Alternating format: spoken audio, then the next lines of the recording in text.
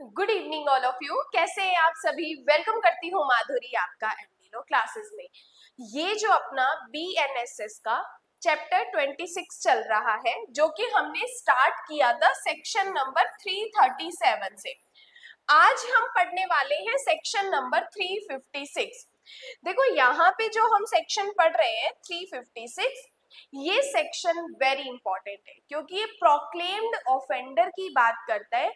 याद करो, proclaimed offender हमने कहाँ पढ़ा था? बीएनएसएस के सेक्शन 84 से पढ़ा था।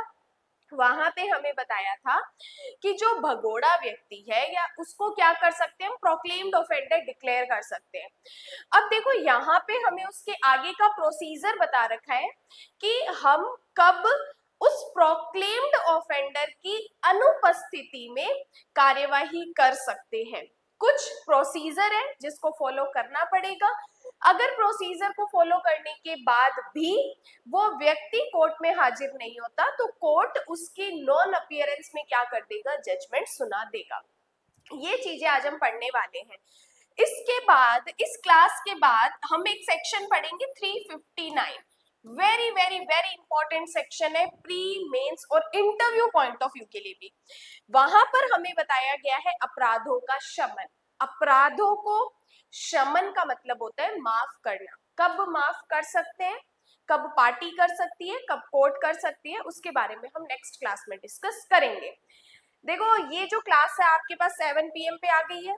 इसके बाद 8 बजे अपनी YouTube पे 59 रुपीज की मेंबरशिप में BSA सब्जेक्ट स्टार्ट हो रहा है। आज ही हो रहा है, ध्यान से सुन लो। आज ही अपना YouTube पे 59 रुपीज की मेंबरशिप वाले पार्ट में BSA सब्जेक्ट स्टार्ट हो रहा है। लाइव क्लासेस रहने वाली है। जो भी आपके डाउट्स है आप मेरे से लाइव चैट में पूछ सकते हैं, वहीं पर आपके डाउट्स क्लियर किए जाएंगे। प्लस प्रॉपर बेरेक को फोकस करते हुए BSA करवाया जाएगा। हर चैप्टर को कंप्लीट करने के बाद उसके MCQs भी हम वहीं पर करने वाले हैं। डेली आपकी क्लास रहने वाली है, Monday to Friday. Saturday Sunday अपना ऑफ रहेगा। ठीक है, तो 59 रुपीज की मेंबरशिप फटाफट ज्वाइन करो और व्हाट्सएप ग्रुप में ऐड हो जाओ मेंबरशिप वाले में, ताकि जैसे ही क्लास लाइव आए तो उसका लिंक आपके पास पहुंच जाए। ठीक है, चलिए बात करते हैं। कहता है उद्घोषित अपराधी की अनुपस्थिति में जांच, विचारण या निर्णय। क्या कहा कि जो प्रोक्लेम्ड ऑफेंडर है, प्रोक्लेम्ड ऑफेंडर वो है जिसको हमने बार बार वार्न कर दिया, जिसको हमने सम्मन भेज दिया, जिसके अगेंस्ट हमने न्यूज़पेपर में निकलवा दिया कि भाई तेरे अगेंस्ट ये कार्रवाई हो रही है, तू कोर्ट में आ जा। कोर्ट में नहीं आता है तो हम तेरे बिना सारी प्रोसीडिंग कर लेंगे, तेरी प्रॉपर्टी को कुर्क कर लेंगे। अब उस व्यक्ति को जिसको हमने बार बार वार्न किया वो नहीं आ रहा, तो अब हम क्या कर देंगे? उसके अगेंस्ट जजमेंट सुनाएंगे। ध्यान से सुनते जाना, सारी चीजें हमारे लिए बहुत इंपॉर्टेंट है। सबसेक्शन 1 कहता है इस संहिता में या उस समय लागू किसी भी अदर कानून में कोई बात होने के बावजूद, यहां से स्टार्ट करेंगे, जब कोई उद्घोषित अपराधी जिसको प्रोक्लेम्ड ऑफेंडर डिक्लेयर किया गया है, चाहे उस पर चार्ज ज्वाइंटली लगाए गए हैं या नहीं, विचारण से बचने के लिए भाग गया है। अब वो व्यक्ति ट्रायल से बच रहा है या उसको उसकी संभावना नहीं है कि उसे अरेस्ट किया जा सके, ऐसे व्यक्ति के व्यक्तिगत रूप से उपस्थित होने और विचारण चलाने के अधिकार की छूट के रूप में माना जाएगा। और कोर्ट न्याय के हित में लिखित रूप से कारण दर्ज करने के बाद मुकदमे की तरह आगे बढ़ेगा जैसा उसे ठीक लगता है और इस संहिता के अंतर्गत जजमेंट सुनाएगा। अब कोर्ट को लग रहा है कि वो व्यक्ति ट्रायल से बच रहा है, हम उसको तुरंत अरेस्ट नहीं कर सकते हैं, तो यहाँ पे कोर्ट क्या करेगा? उसके अगेंस्ट जजमेंट सुना देगा। तो सबसेक्शन 1 को क्या याद रखोगे कि जो व्यक्ति फरार हो गया है, विचारण से बच रहा है, अरेस्ट नहीं किया जा सकता, तो अगर कोर्ट को न्याय के हित में लगता है तो उसको क्या कर देगा? अरेस्ट कर देगा। यहाँ पे एक प्री का क्वेश्चन है कि धारा 356 का ऑब्जेक्ट क्या है, तो यहाँ पे आपको बताना है न्याय का हित। इसके बाद बात करते हैं परंतु कि न्यायालय मुकदमा तब तक शुरू नहीं करेगी जब तक कि, अंडरलाइन करो प्री का क्वेश्चन, आरोप तय करने की तारीख से 90 दिन की अवधि समाप्त नहीं हो जाती। मतलब कि यहाँ पे इस सेक्शन सेक्शन में प्रोसीडिंग तब तक स्टार्ट नहीं होगी तब जब तक चार्ज फ्रेमिंग जिस दिन की उस दिन से 90 दिन पूरे हो चुके हैं। मतलब जिस दिन चार्ज फ्रेमिंग की कोर्ट ने आरोप की विरचना की उस दिन से 90 दिन का बीच में गैप देना पड़ेगा। 90 दिन पूरे होने के बाद ही इस सेक्शन की प्रोसीडिंग की जाएगी। देन बात करते हैं सबसेक्शन 2, वेरी इंपॉर्टेंट। कोर्ट यह सुनिश्चित करेगा कि सबसेक्शन 1 के तहत आगे बढ़ने से पहले निम्नलिखित प्रक्रिया का पालन कर ले। अब कोर्ट अपराधी के अगेंस्ट तब तक जजमेंट नहीं सुनाएगा जब तक सबसेक्शन 2 की प्रोसीडिंग को वो कंप्लीट नहीं कर लेता। जैसे कम से कम 30 दिनों के अंतराल के भीतर गिरफ्तारी के लगातार 2 वारंट जारी करना। मतलब कि कोर्ट क्या करेगा, 30 दिन के बीच का टाइम पीरियड रखते हुए 2 गिरफ्तारी के वारंट उसे जारी करने पड़ेंगे। ठीक है। सेकंड कहते हैं उसके निवास के अंतिम ज्ञात पते के स्थान पर प्रसारित होने वाले एक लोकल न्यूज़पेपर में प्रकाशन करना जिससे उद्घोषित अपराधी को मुकदमे के लिए कोर्ट के समक्ष उपस्थित होने की आवश्यकता हो और उसे सूचित किया जाए। अब देखो यहाँ पे इन्होंने कहा कि कोर्ट यहाँ पे जजमेंट तब भी सुनाएगा जब इस प्रोसीजर को फॉलो कर लेगा। मतलब कि 30 डेज के बीच का अंतराल रखते हुए, गैप रखते हुए गिरफ्तारी वारंट जारी करना। लोकल न्यूज़पेपर में वहां पे बता देगा कि लोकल न्यूज़पेपर में ऐड करवा देगा कि ये प्रोक्लेम्ड ऑफेंडर है, आपके अगेंस्ट ये कार्यवाही हो रही है, कृपया करके कोर्ट में हाजिर हो जाइए। फिर बात करता है सूचित किया जाए कि यदि वे तारीख से 30 दिनों के भीतर उपस्थित होने में विफल रहेगा तो ऐसे प्रकाशन के बाद विचारण उसकी अनुपस्थिति में शुरू होगा। कि यहाँ पे न्यूज़पेपर में क्या चीज दे देगा कि भाई 30 डेज में कोर्ट में आ जाओ। अगर 30 डेज के अंदर कोर्ट में नहीं आते हो तो हम आपके नॉन अपीयरेंस में आपकी बिना उपस्थिति के हम आगे ट्रायल कंटिन्यू कर देंगे। ठीक है। नेक्स्ट थर्ड कहते हैं मुकदमे की शुरुआत के बारे में अपने मित्र, नातेदार, जो दोस्त है को सूचित करना। कोर्ट क्या करेगा, प्रोसीडिंग करने से पहले उसके जो रिलेटिव्स है, फ्रेंड्स है, उसको नोटिस दे देगा। या जिस घर में या ऐसा व्यक्ति आमतौर पे निवास करता है उसके किसी विशिष्ट हिस्से पर, कॉन्स्पिशियस प्लेस पे मुकदमे की शुरुआत के बारे में जानकारी चिपका देगा। मतलब कोर्ट उसके घर पे जहाँ पे वो व्यक्ति रहता है उसके घर के ऐसे सहज दृश्य स्थान पर ऐसी इंफॉर्मेशन क्या कर देगा, चिपका देगा, ताकि अगर उसके घर वाले या वो व्यक्ति अगर छुप छुपा के भी घर में आता है तो उसको पता चल जाए कि मेरे अगेंस्ट ये कार्यवाही होने वाली है। तो यहाँ पे हमें 4 चीजें बता दी कि कोर्ट यहाँ पे सबसेक्शन 1 में उद्घोषित अपराधी के अगेंस्ट जजमेंट देने से पहले प्रोसीडिंग कर लेगा, उसके अगेंस्ट 2 गिरफ्तारी के वारंट जारी कर देगा, लोकल न्यूज़पेपर में बता देगा, 30 डेज का टाइम दे देगा, या जहाँ पे वो रहता है उसके घर के बाहर वो नोटिस चिपका देगा या रिलेटिव्स को सूचना दे देगा। और जहां पर वो व्यक्ति निवास करता है उस एरिया का जो पुलिस स्टेशन है वहां पर भी वो इंफॉर्मेशन भेज देगा। देन बात करते हैं सबसेक्शन 3, वेरी इंपॉर्टेंट है, फ्री लीगल एड की बात करेगा कि जहां उद्घोषित अपराधी का रिप्रेजेंटेशन एडवोकेट द्वारा नहीं किया जाता तो उसे राज्य के व्यय पर अपने बचाव के लिए एक अधिवक्ता उपलब्ध करवाया जाएगा। तो यहाँ पे क्लियर कर दिया कि एक्यूज्ड को भी फ्री लीगल एड का बेनिफिट दिया जाएगा। तो यहाँ से हमारा एक इंटरव्यू का क्वेश्चन भी आता है कि देखो विक्टिम को तो फ्री लीगल एड मिलता ही मिलता है, लेकिन एक्यूज्ड को फ्री लीगल एड दिया जाएगा वो हम बीएनएसएस में कहाँ पर पढ़ते हैं, तो आपको बताना है 356 के सबसेक्शन 3 में एक्यूज्ड को भी फ्री लीगल एड का बेनिफिट दिया जाएगा। देन बात करते हैं सबसेक्शन 4, जहां मामले की सुनवाई करने, विचारण चलाने के लिए कॉम्पिटेंट कोर्ट ने अपने अभियोजन के किसी भी विटनेसेस की जांच कर ली है और उनके बयान नोट किए हैं। ऐसे बयान उद्घोषित अपराधी के अगेंस्ट जांच में, विचारण में साक्ष्य के रूप में यूज किए जाएंगे जिसका उस पर आरोप लगाया गया है। ऑब्वियस सी बात है, जनरल बात है, जो भी विटनेसेस आएंगे, जो भी एक्यूज के अगेंस्ट बात कहेंगे, हम उसी के अगेंस्ट क्या करेंगे, यूज करेंगे। लेकिन यदि उद्घोषित अपराधी को अरेस्ट किया जाता है और विचारण के दौरान अदालत में पेश किया जाता है या पेश किया जाना है, तो न्यायालय न्याय के हित में उसे भी सबूत की जांच करने की अनुमति दे सकता है जो उसकी उपस्थिति में लिया गया है। तो कोर्ट यहाँ पे अगर प्रोक्लेम्ड ऑफेंडर अरेस्ट किया जाता है या पेश किया जाता है तो न्याय के हित में अगर जरूरी है तो फिर हम उसकी क्या करेंगे, वहां पर जांच कर सकते हैं।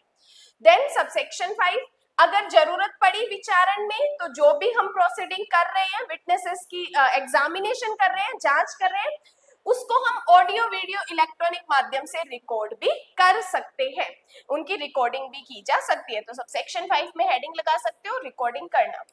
सबसेक्शन 6 कहते हैं इस संहिता के तहत अपराधों के लिए अभियोजन में सबसेक्शन 1 के तहत मुकदमा शुरू होने के बाद आरोपी की स्वैच्छिक अनुपस्थिति फैसले की घोषणा सहित मुकदमे को जारी रखने से नहीं रोकेगी, भले ही उसे गिरफ्तार कर लिया जाए। तो सबसेक्शन 6 को आप छोड़ भी सकते हो।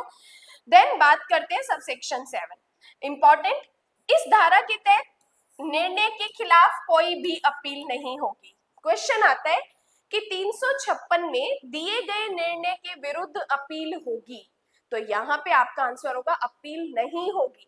लेकिन अपील कब हो सकती है, जब वो प्रोक्लेम्ड ऑफेंडर अगर खुद ही अपीलिएट कोर्ट में नहीं आता तब तक अपील नहीं होगी। इट मींस उसको खुद को प्रेजेंट होना पड़ेगा अगर उसको अपील करनी है।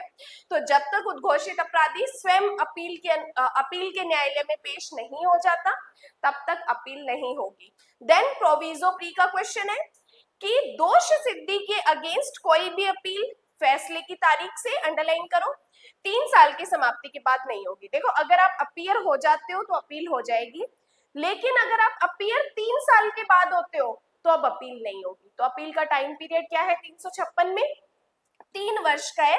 3 वर्ष में अगर आप उपस्थित हो जाओगे तो अपील होगी, अदरवाइज नहीं होगी। सबसेक्शन 8 कहते हैं राज्य अधिसूचना द्वारा इस धारा के प्रयोजन को धारा 84 सबसेक्शन 1 में उल्लेखित किसी भी भगोड़े तक बढ़ा सकता है। तो 84 सबसेक्शन 1 के प्रोविजन यहाँ पर एप्लीकेबल होंगे। तो ये हमें बताया है 356 कि जो प्रोक्लेम्ड ऑफेंडर है उसकी अनुपस्थिति में भी हम क्या कर सकते हैं, कार्यवाही कर सकते हैं। 8 सबसेक्शन इंपॉर्टेंट है, मेंस का क्वेश्चन है, प्री का क्वेश्चन है, इवन इंटरव्यू का क्वेश्चन भी यहाँ से बनता है। देन बात करते हैं 357, प्रक्रिया जहां अभियुक्त कार्यवाही को नहीं समझता। देखो 2 चीजें होती है, जनरल बात समझो, एक अभियुक्त कार्यवाही कब नहीं समझ सकता, जब वो पागल है, जब वो विकृत है, अनसाउंड माइंड है, मेंटली खराब है, मेंटल कंडीशन ठीक नहीं है, तब कार्यवाही वो नहीं समझता। अब मान लो यहाँ पे उसकी मेंटल कंडीशन तो ठीक है लेकिन फिर भी वो कार्यवाही नहीं समझ रहा है। इस सिचुएशन में हम क्या करेंगे, जब भी वो मेंटल कंडीशन में नहीं है फिर भी कार्यवाही नहीं समझता है तो हम मैटर को क्या कर देंगे, हाई कोर्ट को भेजेंगे और हाई कोर्ट जैसा हमें डायरेक्शन देगा उस अकॉर्डिंग हम काम करेंगे। कि यदि अभियुक्त मानसिक रूप से विकृत का मतलब पागल नहीं है लेकिन कार्यवाही को नहीं समझ सकता, तो न्यायालय जांच या सुनवाई के साथ आगे बढ़ेगा और अंडरलाइन करो हाई कोर्ट के अलावा किसी अन्य न्यायालय के मामले में यदि ऐसी कार्यवाही के परिणाम स्वरूप दोष सिद्धि होती है तो कार्यवाही को मामले की परिस्थितियों की रिपोर्ट के साथ हाई कोर्ट को भेजा जाएगा और हाई कोर्ट उस पर ऐसा आदेश पारित कर सकेगा जो वह ठीक समझे। तो हम यहाँ पे प्री का क्वेश्चन है, अगर कार्यवाही नहीं समझता तो हम क्या करेंगे, मैटर को हाई कोर्ट को भेज देंगे और हाई कोर्ट के अकॉर्डिंग मामले को निपटाएंगे। देन बात करते हैं सेक्शन नंबर 358, अपराध के दोषी प्रतीत होने वाले अन्य व्यक्तियों के खिलाफ कार्रवाई करने की शक्ति। अब ध्यान से सुनना कि ये सेक्शन क्या कहना चाह रहा है। देखो जब कोई, हमें जिस व्यक्ति पे डाउट है कि इसने अपराध किया है, हमने क्या बनाया, उसको अभियुक्त बनाया, उसके अगेंस्ट कार्रवाई चला रहे हैं। लेकिन कई बार ऐसा होता है कि हमें जिस व्यक्ति पर डाउट है कि यस इसने भी अपराध किया है लेकिन हमने उसे अभियुक्त नहीं बनाया है, तो अब क्या करेंगे, तो भाई हमने पहले भले ही उसे अभियुक्त नहीं बनाया लेकिन अब हमें डाउट है कि यस इसने भी अपराध किया है, तो अब हम उसके अगेंस्ट भी कार्यवाही कर सकते हैं। यही सेक्शन हमें बताता है कि जहां किसी अपराध की जांच या विचारण के दौरान साक्ष्य से यह प्रतीत होता है कि किसी व्यक्ति ने जो अभियुक्त नहीं है लेकिन कोई अपराध किया है जिसके लिए ऐसे व्यक्ति पर अभियुक्त के साथ मिलकर विचारण किया जा सकता था। न्यायालय ऐसे व्यक्ति के विरुद्ध उस अपराध के लिए कार्यवाही कर सकता है जो उसने किया हुआ प्रतीत होता है। तो यहाँ पे कोर्ट क्या करेगा, उसके अगेंस्ट कार्यवाही करेगा जिसके अगेंस्ट हमें प्रतीत होता है कि यस इसने भी अपराध किया है। लेकिन सबसेक्शन 2 कहते हैं जहां ऐसा व्यक्ति कोर्ट में उपस्थित नहीं हो रहा है उसे उपरोक्त उद्देश्य के लिए मामले की परिस्थितियों की आवश्यकता के अनुसार गिरफ्तार या सम्मन किया जा सकता है। तो जो व्यक्ति अपीयर नहीं है तो भाई कोर्ट के पास क्या रास्ते हैं, या तो सम्मन कर दो या अरेस्ट का वारंट निकाल दो। तो यहाँ पे या तो सम्मन किया जा सकता है या अरेस्ट किया जा सकता है। थर्ड कहते हैं कोर्ट में उपस्थित होने वाला कोई भी व्यक्ति भले ही गिरफ्तारी के अधीन या सम्मन पर न हो, ऐसे कोर्ट द्वारा उस अपराध की जांच या विचारण की उद्देश्य से हिरासत में लिया जा सकता है जो उसे ठीक लगता है। अगर वो अरेस्ट नहीं किया गया है या फिर कोर्ट में नहीं आया है तो अगर हमें लगता है कि उसको कस्टडी में ले लेना चाहिए तब भी हम ले सकते हैं। देन सबसेक्शन 4 कहते हैं जहां कोर्ट सबसेक्शन 1 के तहत किसी भी व्यक्ति के खिलाफ कार्यवाही करता है तो ऐसे व्यक्ति के संबंध में कार्यवाही नए सिरे से शुरू की जाएगी, क्योंकि भाई जिसको अभियुक्त बनाना चाहिए था पहले हम जो ट्रायल कर चुके हैं वो तो आगे स्टेज पे बढ़ चुकी है, नया व्यक्ति हमें मिल रहा है तो हम नए सिरे से भी हम उसकी कार्यवाही स्टार्ट कर सकते हैं और गवाहों को फिर से सुना जाएगा और खंड ए के प्रावधानों के अधीन मामला ऐसे आगे बढ़ेगा जैसे कि ऐसा व्यक्ति आरोपी व्यक्ति था जब कोर्ट ने उस अपराध का संज्ञान लिया था जिस पर जांच विचारण शुरू किया गया था। तो कोर्ट ऐसे ही बाद वाले व्यक्ति के ऊपर भी प्रोसीडिंग करेगा कि मानो मैंने पहले ही इसके ऊपर क्या कर लिया था, कॉग्निजेंस ले लिया था। तो ये सेक्शन हमें सिंपल बस इतना ही बताना चाहते हैं कि जो व्यक्ति बाद में हमें पता चलता है कि यस ये भी अभियुक्त है, इसने भी अपराध किया है, तो हम क्या कर सकते हैं, बाद में भी उसके अगेंस्ट कार्रवाई कर सकते हैं। तो ये जनरल क्वेश्चन है। बाकी यहाँ पे 356 हमारे लिए प्री मेंस और इंटरव्यू पॉइंट ऑफ व्यू के लिए इंपॉर्टेंट। नेक्स्ट क्लास में हम बात करेंगे 359 के बारे में। 359 हमें बताता है अपराधों का शमन, अपराधों को कौन माफ कर सकता है, कब माफ कर सकता है, किन सेक्शंस को हम माफ कर सकते हैं, किन सेक्शंस को ओनली कोर्ट की परमिशन से माफ किया जा सकता है। तो ये चीज हम बात करेंगे नेक्स्ट क्लास में। इसके बाद हम इस चैप्टर 26 को कंप्लीट करते हुए 27 पे चलेंगे जो कि अनसाउंड माइंड पर्सन की बात करता है कि जब व्यक्ति विकृचित है तो उसके अगेंस्ट कार्यवाही क्या प्रोसीजर क्या होगा, किस तरीके से किया जाएगा। तो एक क्लास अगर आपको हेल्पफुल लगी है तो क्लास को लाइक जरूर करना है। कंप्लीट बीएनएसएस हम सेक्शन 1 से स्टार्ट किए थे और यहाँ पे आज हम पहुंच चुके हैं, लास्ट हम 531 तक भी करेंगे। तो अपने फ्रेंड्स के साथ शेयर कीजिए। बीएनएस ऑलरेडी हम पढ़ चुके हैं कंप्लीट, तो उसको भी अगर आपको बीएनएस में दिक्कत आ रही है तो उसके लिए भी आप अपने फ्रेंड्स के साथ शेयर कीजिए। बाकी आज के लिए धन्यवाद।